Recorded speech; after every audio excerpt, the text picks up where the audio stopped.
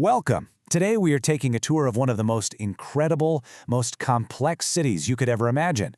And the craziest part? It exists billions and billions of times over, right inside you. Yeah, we're diving deep into the microscopic world of the cell. And this quote? It absolutely nails it. This is the core idea for our entire journey today. Every single living thing, from the tiniest little bacterium to a massive blue whale, is all built from these fundamental little blocks. They're literally the bricks of life itself. So what exactly is a cell when you get right down to it? Well, it's the smallest possible thing that we can truly call alive. And I love this. The name itself comes from the Latin word cellula, which means small room.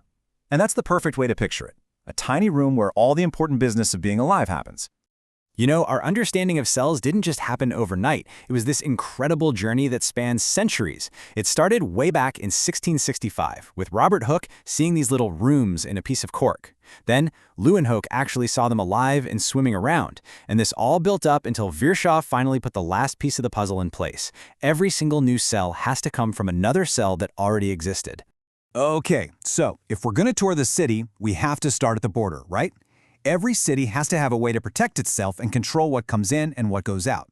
And believe me, the cell is no different. The very first line of defense for every single cell in existence is something called the plasma membrane. You got to think of it like the city's official gatekeeper. It's this flexible, living barrier that surrounds the whole city and keeps a close eye on all the traffic. And this gatekeeper is, well, let's just say it's very particular. The official term is selectively permeable, which is just a fancy way of saying it acts like a bouncer at a super exclusive club. Seriously, it's got a guest list. Good stuff like oxygen and nutrients, you're in. Harmful stuff? Nope, you're not on the list. But some of these cities have, let's say, extra security. So while every cell has that flexible plasma membrane, some, like plant cells, add a super rigid cell wall right on top of it. So if the membrane is the club bouncer, the cell wall is like a massive fortress wall. It's what gives plants that incredible structural strength that we animals just don't have. All right, we've made it through border control. Now let's head to the most important building in this entire city. We're going downtown, to City Hall, the central command center. So who's running this whole incredibly complex operation? Who holds the master plan, the blueprints for every single thing this city builds and does? That would be the nucleus. This is the cell's control room. It's like a heavily guarded vault with a double membrane that protects the city's most precious possession, its DNA. And that DNA is neatly organized into structures called chromosomes, which hold the blueprints, the genes, for every single thing the cell will ever need. And you know, having this super organized city hall is actually the single biggest difference in the entire cellular world. Simpler cells, like bacteria, are what we call prokaryotic. Their DNA just kind of floats around in an area called the nucleoid.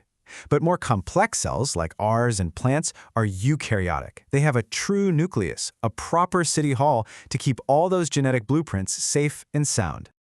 Okay, so we've seen where the blueprints are kept safe. Now it's time to see where all the real work gets done. Let's head over to the city's industrial zone and see how things actually get built. And what we find is this incredibly efficient, seamless production line. It all starts at the endoplasmic reticulum, or the ER for short. That's the main factory floor. From there, the products get sent over to the Golgi apparatus, which is basically the city's post office for sorting and packaging. And finally, you've got the lysosomes, who act as the sanitation and recycling crew, taking care of all the waste. But that cleanup crew, it's got a pretty dark side. If a cell gets really badly damaged or infected, the lysosome can actually burst open on purpose. It releases all these powerful enzymes that digest the entire cell from the inside out. It's a last-ditch effort, and it's how it earned that incredibly dramatic nickname, the suicide bag. So a city can have blueprints and factories, but it's not going anywhere without power and water, right? The same goes for our cell city. So let's check out the essential utilities that keep this place running 24/7. You have to understand, every single thing the cell does, from building a protein to sending a simple signal, costs energy. And the money it uses to pay for all this work is a molecule called ATP. It is literally the energy currency of the cell. The more ATP you have, the more work you can do.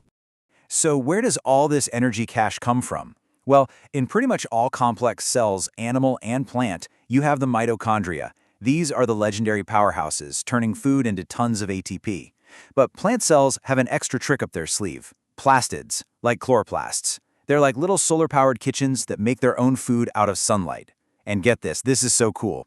Both of these power plants have their own, totally separate DNA. Speaking of plants, they also have these absolutely enormous storage warehouses. It's called the central vacuole, and it mostly just stores water. But look at this chart. It can take up a huge chunk of the cell's volume, sometimes as much as 90%. This giant water balloon pushes out against the cell wall, and that pressure is what makes the plant stand up straight and rigid. It's literally why a plant droops when you forget to water it. Okay, so we've seen a bunch of the key differences along our tour. Now, I think it's time we put the two main blueprints for these complex cities, plant cells and animal cells, side by side for one final showdown. And here it is, the whole story in one table. The plant cell has that rigid cell wall, its own personal solar-powered kitchens, the chloroplasts, and that giant central vacuole for support. Animal cells, they don't have any of that stuff, but what they get in return is flexibility, which lets them have all sorts of irregular shapes and allows them to move around. So, what's the last piece of the puzzle?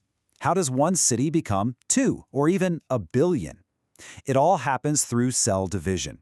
Cells can make perfect, identical copies of themselves to help us grow and heal, or they can make specialized versions that are used for reproduction.